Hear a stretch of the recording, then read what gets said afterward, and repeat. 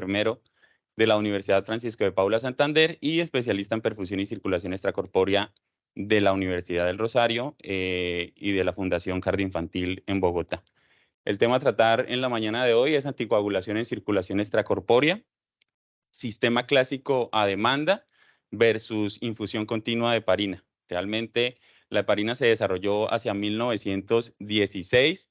En 1900, pásala, Karen, porfa. En 1937 se empiezan a dar sus primeros usos clínicos y las investigaciones que vienen o que datan desde esa fecha hasta ahora, pues han sido muchas, pero se ha llegado a la misma conclusión, y es que es el anticoagulante de elección por muchas cosas, por su bajo costo, por su mecanismo de acción rápido, por su fácil reversión. Entonces, el punto de esta temática es qué pasa más allá o qué va más allá de si doy heparina en infusión o si doy heparina a demanda o heparina en bolos, porque normalmente en circulación extracorpórea, bueno, ¿qué hace un perfusionista o qué nos encargamos en circulación extracorpórea? Nos encargamos de mantener o de manejar la máquina de corazón-pulmón mientras intervienen quirúrgicamente al paciente cardiovascular. Entonces es necesario que el corazón esté detenido, es necesario que hagamos una parada electromecánica para que puedan intervenir el corazón y pues pues el cirujano pueda trabajar de la mejor manera sus técnicas. Entonces nosotros nos encargamos de manejar la parte esa, de manejar la máquina, de garantizar que todo funcione de la mejor manera, de garantizar que estamos dando un aporte de oxígeno, el aporte de oxígeno necesario a cada uno de los tejidos, y esto con el fin de tener un resultado muy satisfactorio al final de la cirugía. Para que todo esto ocurra, es necesario que anticoagulemos al paciente.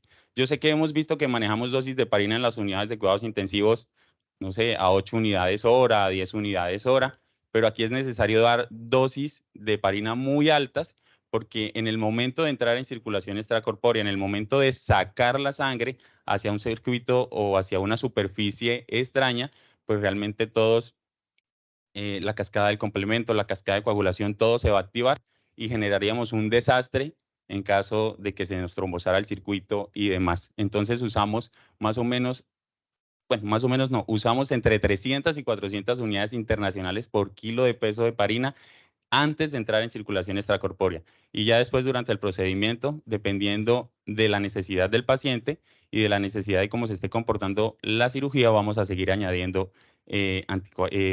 pues heparina.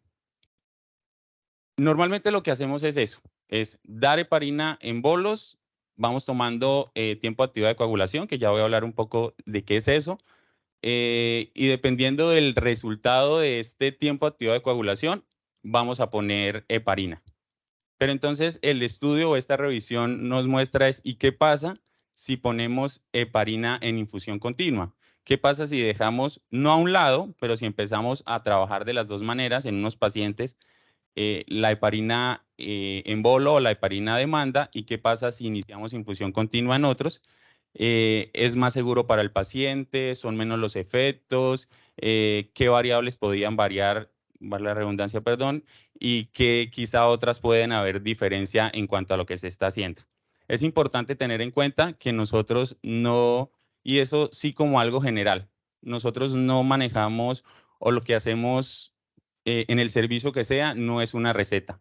Los pacientes no se manejan todos de la misma manera, así tengan la misma sintomatología, así sea la misma patología cardiovascular. Entonces, no a todos los pacientes a los que se le va a hacer una revascularización miocárdica se manejan así, porque es así. Sí, tenemos unas guías de práctica clínica y tenemos unos protocolos que nos basan o que nos dan unas bases necesarias para el manejo del paciente, pero realmente todo va dependiendo de cómo se comporte el paciente. Entonces, eso sí es muy importante en todos los ámbitos. Los pacientes no son recetas de cocina, los pacientes no son algo que yo ya tengo estipulado y así lo manejo, porque son, o el manejo debe ser holístico y el manejo debe ser pues heterogéneo. Entonces, tener en cuenta que, por ejemplo, la cirugía cardiovascular pediátrica de la de adulto difiere mucho en cuanto al desarrollo de los factores de coagulación, en cuanto al desarrollo de la antitrombina, en cuanto al desarrollo de los niveles plasmáticos de cada uno de los factores de coagulación. Entonces, Por favor, sigue. Entonces hay que tener en cuenta siempre eso. ¿Cómo manejamos la anticoagulación? Lo que les hablaba, ponemos dosis de heparina de 300 a 400 unidades internacionales por kilo de peso antes de entrar en circulación extracorpórea. Pero eso no nos va a garantizar que el paciente ya tenga un tiempo de activación o un tiempo de coagulación activado que me garantice que ya puedo entrar. Entonces debo tomar una muestra que se llama tiempo activado de coagulación o ACT, en el que voy a identificar que mi paciente tenga valores por encima de 400 segundos, es decir, que por encima que se va a tardar la sangre por lo menos 400 segundos en formar coágulo cuando entre en contacto con un tubo de muestreo, y esto me va a garantizar que no voy a tener pues algún tipo de contratiempo al entrar en circulación extracorpórea. Es la prueba de oro, llamémoslo de esa manera, hay muchas otras, pero pues al tenerlo ahí en sala, la podemos tomar de una vez, siempre va a ser nuestra primera elección. Para entrar en circulación extracorpórea, así como dato general, necesitamos más de 400 segundos, y para mantenernos en circulación extracorpórea, un tiempo mayor a 480 segundos. Por favor, pásalo. La heparina es el principal anticoagulante que vamos o que utilizamos, por lo que les mencioné al principio, porque es más efectiva, porque su reversión es fácil, porque su costo no es tan elevado. Entonces, lo que hace la heparina es activar o potencializar 100 veces la antitrombina 3. ¿Qué es lo que hace la antitrombina 3? La antitrombina 3 inhibe la función del factor 10 y la función del factor 2 activado, que es la trombina, perdón, y lo que va a hacer es que primero no pasemos al siguiente o al siguiente factor, que es el fibrinógeno, que al activarse pues se va a convertir en fibrina y vamos a tener el coágulo. Entonces, así como a modo general, porfa, Karen. Su peso molecular oscila entre 3.000 y 40.000 daltons, más o menos una media de 15.000 daltons, porfa. ¿Qué dicen las guías o las últimas guías de anticoagulación, de anestesia cardiovascular, de cirugía cardiovascular y de perfusión y circulación extracorpórea? Realmente el método de infusión continua en heparina todavía no tiene ninguna evidencia. Los estudios son muy pocos, los estudios no hablan mucho de esto. Sí se habla de unas recomendaciones clase 2A en cuanto a la administración a demanda o en cuanto a la administración en bolo de heparina. Y pues se dice que la administración de rutina de heparina a intervalos fijos con monitoreo ofrece una alternativa segura, porque eso es otra cosa. Entonces, si el paciente tiene más de 480 segundos de ACT, pero llevamos 3 horas de cirugía, ¿le pongo o no le pongo heparina? Entonces también ya hay unas pautas dadas, porque también hay unos factores y hay unas variables que nos dicen que nos pueden falsear el tiempo activo de coagulación, como lo son la hemodilución, que es algo clave siempre en circulación extracorpórea, como lo es la hipotermia, como lo es los niveles bajos de hemoglobina. Entonces, todo esto va a hacer que mi tiempo activo de coagulación se aumente y no necesariamente signifique que mi paciente esté anticoagulado. Y entonces, por eso los pacientes nos van a sangrar en la unidad de cuidados intensivos y todo lo demás. Entonces, las guías que refieren, si durante las 2 primeras horas de circulación extracorpórea tengo ACTs por encima de 480, me mantengo ahí. Pero después sí voy a colocar una dosis fija a mis pacientes porque ya es necesario por aquello de la vida media de la heparina. ¿Qué pasa si el paciente hace trombocitopenia inducida por heparina? Entonces hay una serie de alternativas, pero realmente en el país muy poco se usan, por no decir que no se usan por sus altos costos, por sus registros de INVIMA y demás. Pero el medicamento de mayor alternativa, pues la vivalirudina, porfa, pásalo. Es un análogo de la irudina, un inhibidor de la trombina. Su vida media es mucho más corta, no necesita un medicamento para revertir. Su vida media más o menos oscila entre 20 y 30 minutos. En cambio, la heparina, se me olvidó mencionarlos, perdón, pues sí, su vida media va entre 90, 120 minutos y necesitamos un medicamento al final de la circulación extracorpórea para revertirlo, el cual es la protamina. Porfa, pásalo. Entonces, ya como punto clave de nuestra revisión para esta presentación es, ¿qué pasa si ya dejo de dar bolos a demanda? ¿Qué pasa si ya dejo de poner dosis de heparina no dependiendo del ACT de mi paciente o dependiendo de de mi cronología en el tiempo o intervalos de tiempo, sino qué pasa si yo pongo heparina en infusión continua. Entonces encontré este estudio, un estudio realizado en España sobre la anticoagulación en circulación extracorpórea, sistema clásico de demanda versus perfusión continua de heparina. Fue un estudio retrospectivo, observacional, donde se tuvieron en cuenta 140 pacientes que cumplieron una serie de criterios que fueron intervenidos quirúrgicamente a nivel cardiovascular entre los meses de junio y diciembre del año 2019. En total fueron 140 pacientes. Se clasificaron en dos grupos, un grupo de heparina a demanda o heparina en bolo y otro grupo de heparina en infusión. Fueron 73 pacientes, perdón, versus 67 pacientes. ¿Cuál era la idea? También hay una terapia de circulación extracorpórea que es ECMO, que en estos últimos tiempos ha tomado mucho auge. Y sí, realmente en ECMO, en la unidad de cuidados intensivos, nosotros vemos que la heparina está en infusión continua. Entonces, ¿por qué no hacerlo en circulación extracorpórea? La idea no es esperar a CT bajo, pues tiempos activados de coagulación bajos para intervenir, porque esto nos puede decir, o es lo que se planteaba, que al tener yo un ACT bajo, ¿hace cuánto tengo ese tiempo pues en este valor?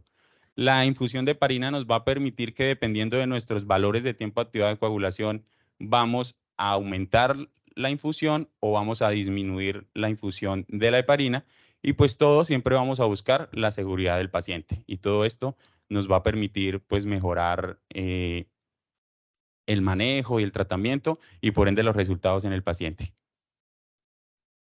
¿Cuáles eran los criterios de inclusión en o en esta revisión? Que mínimo se tomaran tres veces el tiempo activado de coagulación en circulación extracorpórea.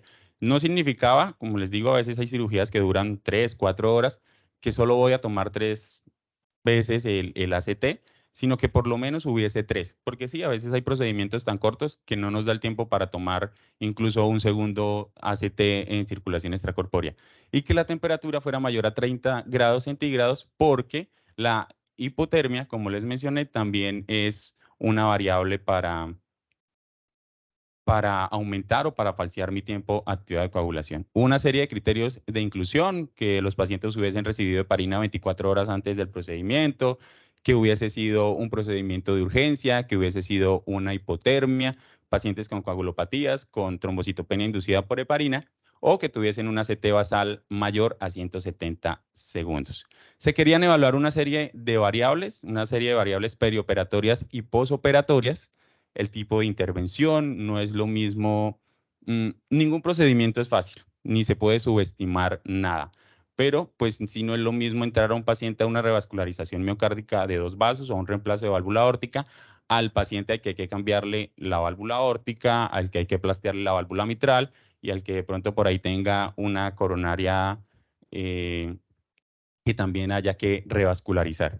Entonces, se tuvo en cuenta el tiempo de circulación extracorpórea, cuánto tiempo fue el clan aórtico, si se usaron o no hemoderivados, cuántos ACT se tomaron y en qué valores estaban, la protamina que se administró, el uso de salvador de células y la biocompatibilidad en circulación extracorpórea.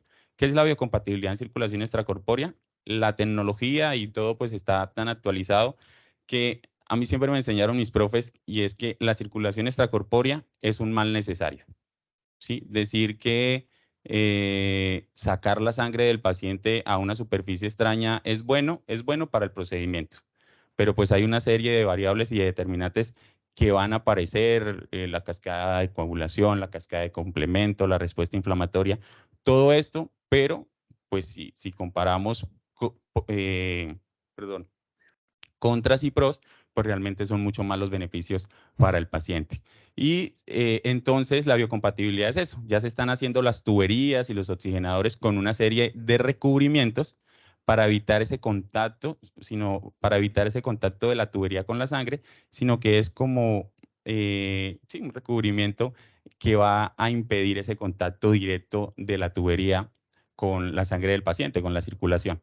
Las variables posoperatorias que se quisieron evaluar fueron 5 de manera general: el sangrado posoperatorio, el tiempo de estancia en UCI, el tiempo de ventilación mecánica, las reintervenciones y el uso de hemoderivados en la unidad de cuidados intensivos.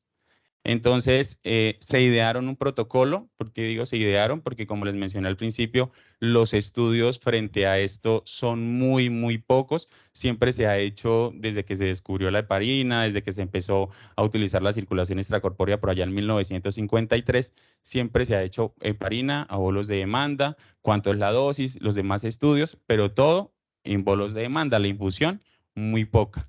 Entonces, sí se ideó un protocolo para poder estudiar este punto de heparina en infusión, y es que a todos los pacientes se les administró 2.5 gramos de ácido tranexámico precirculación extracorpórea y 1 gramo en el cebado del circuito. A todos se les tomó un ACT basal y a todos se les administró 300 unidades de heparina precirculación extracorpórea y se pusieron 5.000 unidades de heparina en el cebado del circuito. Y cuando ya se estaba en circulación extracorpórea, entonces se iniciaba la infusión de heparina a 50 unidades internacionales por kilo, y se esperaban de 20 a 30 minutos para tomar el primer ACT. Y se detenía la infusión de heparina 10 o 15 minutos antes de terminar pues, la circulación extracorpórea o en el momento de quitar el clan aórtico. ¿Qué se evidenció o qué también se manejaba? Si el ACT era menor a 450 segundos, aumentaban la infusión de heparina a 100 unidades internacionales por kilo, y si este era mayor a 600 segundos, se disminuía a 10 unidades kilo hora. Y en el grupo A o en el grupo de bolos a demanda, si el ACT era menor a 450 segundos, se ponía la dosis necesaria, dicen las guías, a 100 unidades por kilo de peso, o si este era mayor a 600, no se hacía nada. ¿Qué se encontró? Pues realmente en los controles de ACT, en el grupo de bolos a demanda, se tomaron entre 3.5 más o menos 0.7 ACTs, algo muy similar al grupo B. La heparina que se puso precirculación extracorpórea también fueron cantidades muy, muy similares. Entonces fue como la ventaja del estudio para determinar si era o no era, pues, más que importante como hacer ese cambio, porque si es un cambio, por ejemplo, que a todos nos vuelve un poco un 8 a como venimos trabajando. Los oxigenadores eran biocompatibles en todos los casos. El hemoconcentrador se utilizó en el 94% de los casos. Este es un dispositivo que utilizamos para tratar de barrer la volemia, o más que la volemia, es el volumen de más que ocurre pues con la hemodilución y al momento de entrar la sangre en contacto con nuestro circuito de circulación extracorpórea. Y el salvador de células o recuperador de células se utilizó en el 100% de los casos. ¿Qué se encontró? En el primer control, a los 20 o 30 minutos, no hubo mucha diferencia. Pásalo, Karen, porfa. Pero en cuanto al segundo control y al ACT antes de salir de circulación extracorpórea, sí hubo mucha diferencia. En el grupo de bolos a demanda, el 42.6% de los pacientes tuvo un ACT menor a 450 segundos, y de estos, el 28% tuvo un ACT menor a 400 segundos. Mientras que en el grupo de infusión, solo estuvo el 22.6% de los pacientes con un ACT menor a 450 segundos, y de este, solo el 4.5% estuvo menor a 400 segundos. Y en el ACT3 o en el ACT antes de salir de circulación extracorpórea, se evidenció que en el grupo A el 15.4% tenía un ACT menor a 400 frente a un número sí muy bajo de 2.7% del grupo de infusión continua. El tiempo de infusión duró o estuvo más o menos entre 81 más o menos 30 minutos. La heparina que se administró en infusión fueron entre 6.200 unidades, más o menos 4.000 unidades internacionales en infusión, frente a 8.600 unidades, más o menos 4.400 en el grupo de bolo. Es decir, que se administraron casi 2.500, 3.000 unidades más. Y pues aquí ya sí ya hubo diferencias significativas. En cuanto a hemoderivados, no hubo mucha diferencia. En cuanto a la sangre obtenida por el recuperador de células, fue similar en ambos grupos. Sí hubo una diferencia muy significativa en cuanto al sangrado posoperatorio. En la reintervención, 3 en el grupo de bolos, 4 en el grupo de infusión. La ventilación mecánica, el tiempo fue muy similar, igual a la estancia en UCI, pero en el sangrado posoperatorio sí es algo que es un poco controvertido, porque el grupo de infusión de heparina fue el grupo que más sangró.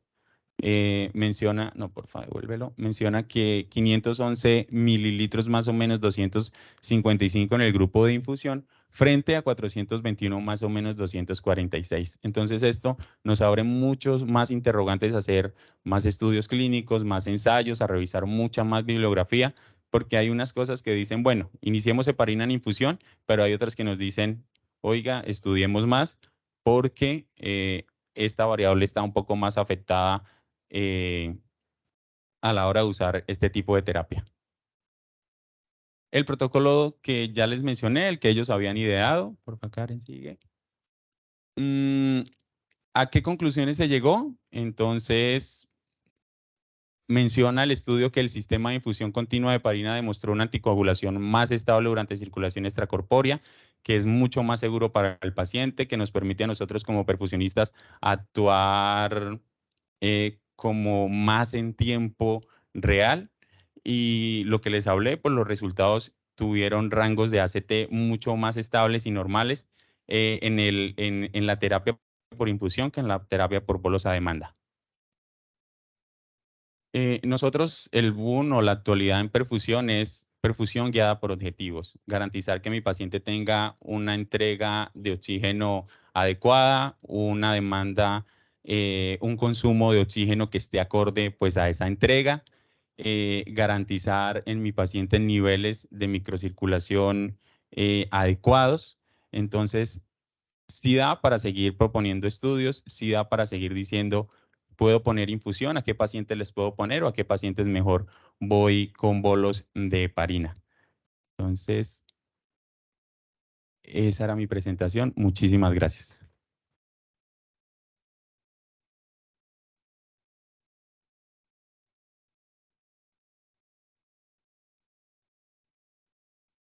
La siguiente conferencia, infección C.